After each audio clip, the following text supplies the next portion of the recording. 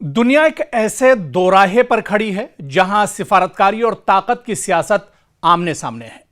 मशरिक़ वस्ता में बढ़ती कशीदगी, ईरान और अमेरिका के ताल्लुकात में मुसलसल तलखी और आलमी ताकतों की नई सफबंदी के दरमियान शंघाई ताउन तंजीम यानी एससीओ के वज़राए खारजा इजलास से ईरान ने एक बार फिर यह वाज़े कर दिया है कि वो अमरीकी दबाव के सामने झुकने वाला नहीं है।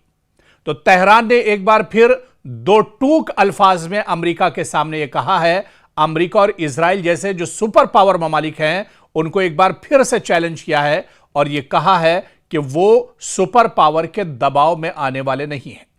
आप देखिए कि किर्गिस्तान में मुनक्किदा एससीओ वज़राए खारजा काउंसिल के इजलास के बाद ईरानी वज़ीर खारजा अब्बास आरागची ने मीडिया से गुफ्तगू करते हुए अमेरिका को सख्त पैगाम दिया। उनका कहना था कि ईरान न धमकियों से डरता है, न दबाव कबूल करेगा और ना ही ताकत की जबान में होने वाली बातचीत को तस्लीम करेगा। आरागची ने कहा कि तेहरान और वाशिंगटन के दरमियान मसला यह नहीं कि राब्ते या सिफारती जराए मौजूद नहीं, बल्कि असल रुकावट अमेरिका की वो पॉलिसी है जो दबाव, धौंस और जबरदस्ती पर मबनी है। उन्होंने कहा कि ईरान ने दुनिया को दिखा दिया है कि वो अमेरिकी दादरसी के सामने सर नहीं झुकाएगा और ताकत, दबाव या धमकी की जबान का जवाब इसी अंदाज में देगा जिस तरह उसके कौमी मफादात का तकाजा होगा। ईरानी वजीर खारजा ने बताया कि बाज मामलात में पाकिस्तान के सालसी के जरिए मुख्तलिफ तजावीज पर तबादला ख्याल एक फितरी सिफारती अमल था। ताहम उन्होंने वाज़ेह किया कि ईरान किसी भी मुज़ाकरात में अपनी खुद मुख्तारी और कौमी मफादात पर समझौता नहीं करेगा। अब्बास आरागची ने कहा कि अबनाए हुर्मुज़ में ईरान के मफादात और ईरानी अवाम के सलामती का तहफ़्फ़ुज़ तेहरान के अव्वलीन तरजीह है। इनके मुताबिक जब तक ईरानी अवाम के जायज़ मुतालबात पूरे नहीं होते, ईरान अपने उसूली मौक़िफ़ पर कायम रहेगा। और उन्होंने दो टूक अंदाज में कहा, यह दरअसल आरागची नहीं बोल रहे थे, बल्कि यह बयान पूरे ईरान का था। ये एक तरह से जो बयान दिया जा रहा था, जो हौसला था, यह पूरे तेहरान का था।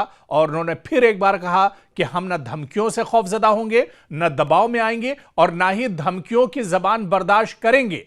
उन्होंने कहा कि अगर अमेरिका हमले करेगा तो मशरिक़ वस्ता में जहां जहां अमेरिका का इंफ्रास्ट्रक्चर है, उसके मफादात हैं, उसकी तंसीबात हैं, उन्हें तबाह बर्बाद कर दिया जाएगा।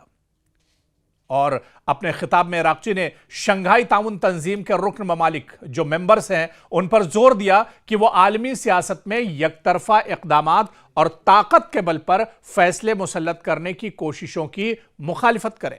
खुल के उन्होंने कहा कि इस तरह के प्लेटफॉर्म तो बहुत हैं, लेकिन कमजोर ममालिक की उन प्लेटफॉर्म पर सुनी नहीं जाती है।